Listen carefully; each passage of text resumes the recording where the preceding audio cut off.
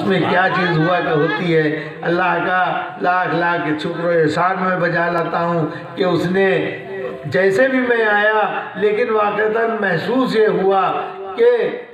میں بہت اچھی جگہ آیا ہوا ہوں۔ اللہ سبحان اللہ، جو محبتیں ہیں، جو عقیدتیں ہیں، اس میں اس کو اور پروان چڑھائے، اور اللہ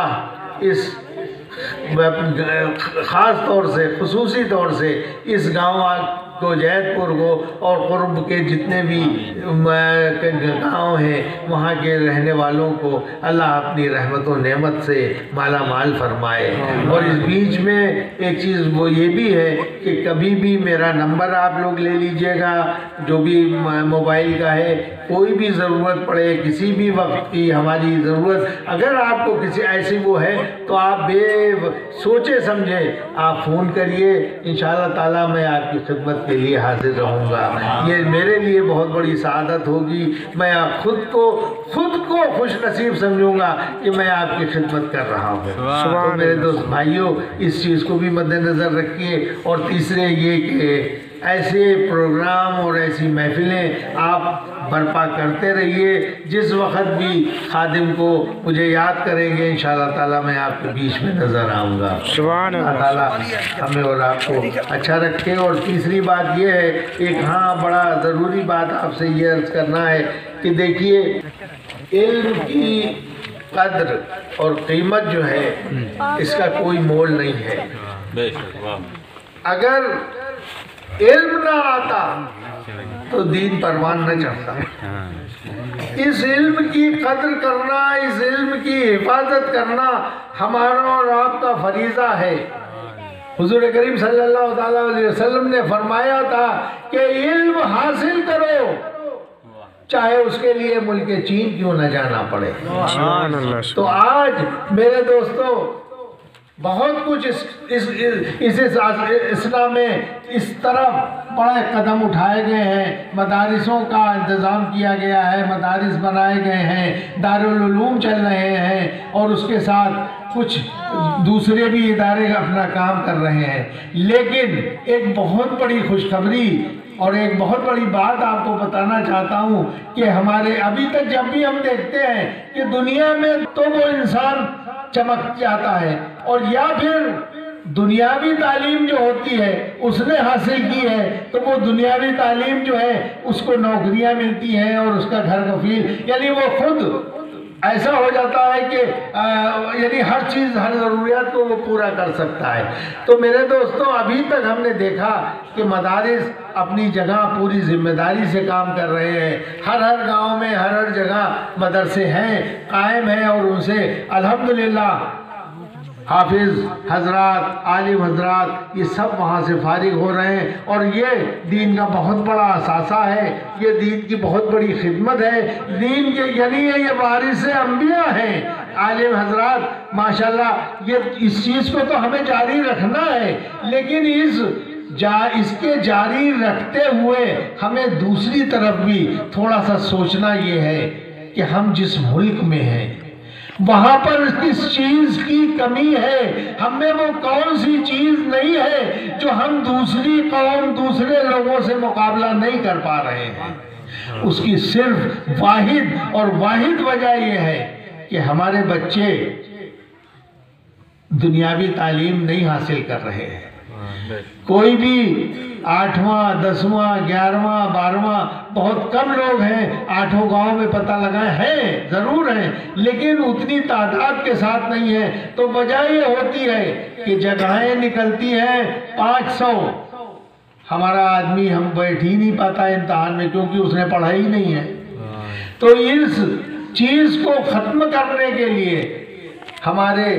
مولانا عبدالقیوم صاحب نے ایک قدم اٹھایا،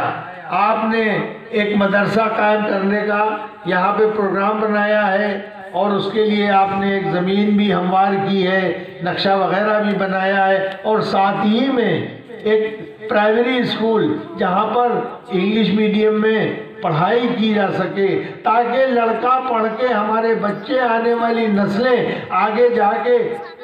کوئی ریلوے میں ہے، کوئی ہوائی جہاز کے اس میں ہے، کوئی اور دوسرے شعبے میں ہے، وہاں پر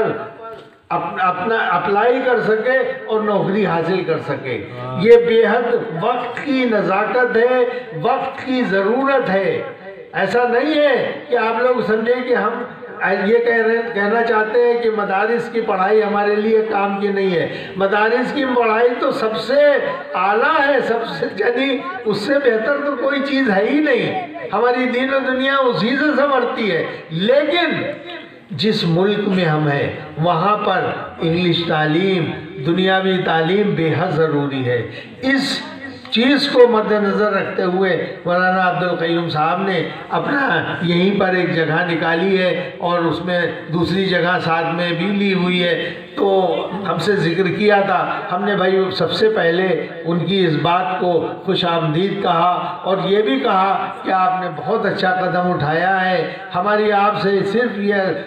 التجا ہے، درخواست ہے کہ انہوں نے جو بھی پروگرام کیا وہ بنایا ہے اور جس طریقے سے ان دونوں چیزوں کو قائم کرنا چاہتے ہیں اس میں آپ لوگ دامیں درمیں سخنیں یعنی جو کچھ قدم ہے، جو کچھ بھی ہو سکتا ہے مدد کیجئے۔ انشاءاللہ تعالی 2-4-5 سال میں آپ کو خود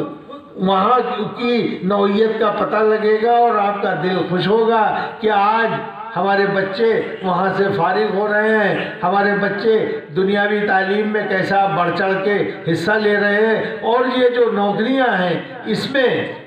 وہ کیسے فٹ ہو رہے ہیں۔ یہ فلاح کے لیے، خوشحالی کے لیے، قوم کی سب سے بڑی خوشحالی یہ ہوتی ہے کہ وہاں کے لوگ اگر کاروبار کے علاوہ نوکریوں میں لگے ہوئے ہوں۔ اور اس سے سب سے بڑی مثال ہم آپ کو ایک بتا دیں، چاہے ہو سکتا ہے تھوڑا سا آگے پیچھے ہو، یہ محمد آباد کی آپ مثال لے لیں۔ وہاں پر اللہ نے اتنا دیا تھا کہ وہ لوگ پڑھ گئے تھے اور پڑھے لکھے تھے تو وہ اسکول میں بھی لگ گئے اور دوسری طریقے سے تو وہ جو گاؤں ہے وہ ماسٹروں کا گاؤں کہلاتا ہے۔ الحمدللہ ان کی تنخواہیں بھی اچھی ہیں، خود کفیل ہیں، سب کو ساری آسائشیں انہیں مہیا ہیں، اللہ تعالیٰ نے انہیں نوازا ہے۔ وجہ صرف یہ رہی کہ انہوں نے تعلیم چاہے وہ کم رہی ہو، چاہے وہ انٹر ہوں، چاہے وہ بی اے تک ہوں، چاہے وہ ہائی اسکول کر کے ہوں، لیکن اس وقت جس وقت ان کی ان چیزوں کی 10ویں 12ویں 11ویں کی ضرورت پڑی تو انہوں نے وہاں اپلائی کیا اور انہیں نوکریاں مل گئی۔ تو میرے دوستو انہی چیزوں کے ساتھ میرے بھائیوں ہمیں اپنی قوم کے لیے، آنے والی نسل کے لیے ایک سوچنا ہے کہ ہم کیا سوغات دے رہے ہیں۔ ہمارے بچے کل کو کس حالت میں ہوں گے جب وہ دنیاوی تعلیم سے لبریز ہوں گے، جب ان کی تعلیم مکمل ہوگی